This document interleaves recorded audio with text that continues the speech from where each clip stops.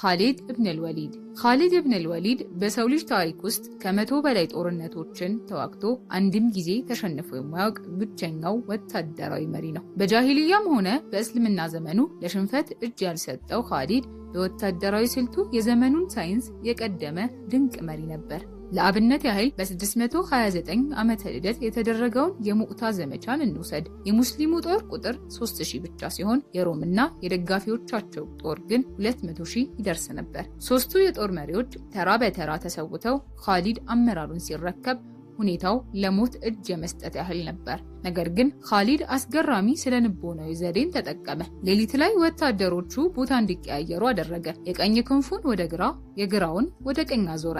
ከኋላውም ደግሞ አቧራ የሚያስነሱና ከፍተኛ ድምጽ የሚያሰሙ ወታደሮችን በመመደብ ለሮማውያን ከመዲና አዲስ ጦር እንደመጣ አስመሰለ። ሮማውያን በዚህ ተደናግጠው ሲሸሹ ኻሊድ ጦሩን በብልሃት አፈገፈገ።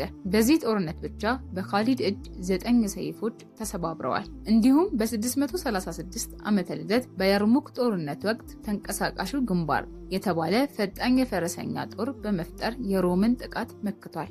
ኻሊድ ዓለምን ያስጨነቁ ጦሮችን ቢያሸንፍም በ642 ዓመተ ልደት በሶሪያ ሂምስ ከተማ አልጋው ላይ ሆኖ ሲሞት እንዲህ ብሏል። በሰውነቴ ላይ የሰይፍ የጦር ወይም የቀስት ምልክት የሌለበት ስንዝር ቦታ የለም። አሁን ግን እንደ ግመል በሜዳ ላይ አልጋዬ ላይ እሞታለሁ። የፈሪዎች አይን ፈጽሞ አይተኛ። ታሪክ ቢን ዚያድ በ711 ዓመተ ልደት ታሪክ ቢን ዚያድ 7000 የሚጠጉ አብዛኞቹ ከሰሜን አፍሪካ የበርበር ጎሳዎች የሆኑ ወታደሮችን ይዞ ከሞሮኮ ወደ ስፔን ተሻገረ።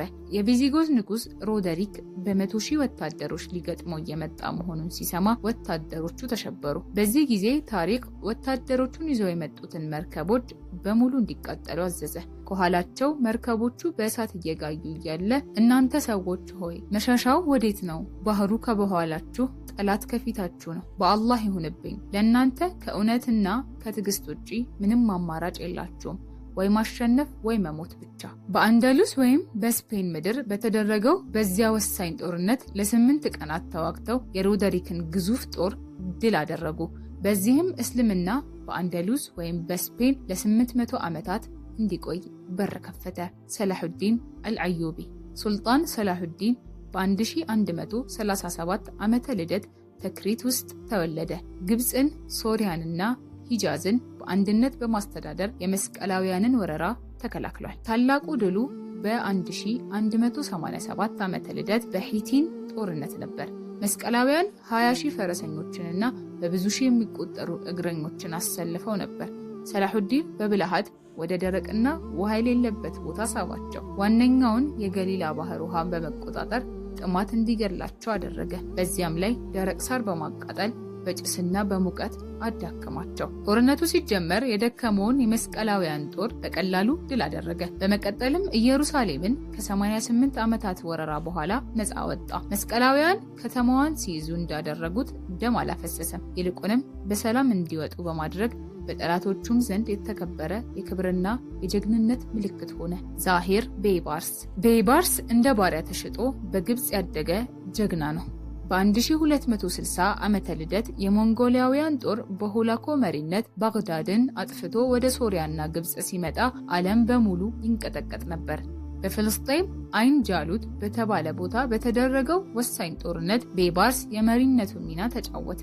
የታክቲክ ሽሽት በማድረግ የሞንጎሎን ጦር ወደ ሸለቆ ውስጥ ካስገባ በኋላ በሱልጣን ቆጦዝ የሚመራው ዋና ጦር ከቦ ደመሰሳቸው። ይህ በታሪክ የሞንጎል ጦር ለመጀመሪያ ጊዜ ክፉኛ ተሸንፎ የቀረበት አጋጣሚ ነበር። ቤይባርስ የሞንጎልና የመስቀላውያንን ወረራ በመመከት ለዘመናት ኢስላማዊውን ዓለም የጠበቀውን የመምሉክ መንግስት እውነተኛ መስራች ተደርጎ ይወሰዳል። አንተራ ቢን ሻዳድ አንተራ በ6ኛው ክፍለ ዘመን ከእስልምና በፊት የነበረና ዛቢባ ከተባለች ኢትዮጵያዊት ልዕልት የተወለደ ጀግና ነው። በአካሉ ጥቁር ስለነበረ አባቱ ሻዳድ ክዶት ግመል እንዲጠብቅ አድርጎት ነበር። ነገር ግን አንተራ ተራ ባሪያ አልነበረም። ጉልበቱም የሚገርም ነበር። አንድ ቀን የጠይ ጎሳ በአብስ ጎሳ ላይ ጥቃት ሰንዝሮ ንብረታቸውን ዘረፉ። አባቱ ሻዳድ የቱንም ያህል ቢጣጣርም የጠላትን ማዕበል የሚመክት አቅም አጣ። አንተራ ሆይ ዝመት አለው። አንተራ ግን ባሪያ ማለብና ማሰር እንጂ መዝመት አያውቅም ሲል በክብር መለሰ። አባቱ ሲጨነቅ ዝመት አንተ ነፃ ነህ አለው። በዚህ ጊዜ አንተራ አብጀር የተባለውን ፈረሱን ጭኖ የጠይ ጎሳን ጦር ለብቻው በታተነው። አንተራ በጦርነት መካከል ግጥም የሚቀኝ ደካማን የማይበድልና ለማንም የማይበገር ጀግና ሆኖ ስሙ እስከዛሬ ይጠራል። ቪዲዮን ከወደዳችሁት ላይክ በማድረግ ለወዳጅ ዘመዶ ሼር ያድርጉ። ለተጨማሪ እስላማዊ ታሪኮች እንዲሁም የተለያዩ አስተማሪ ዝግጅቶችን ለማግኘት ኢናራ ቲዩብን ሰብስክራይብ በማድረግ የቤተሰባችን አባል ይሁኑ።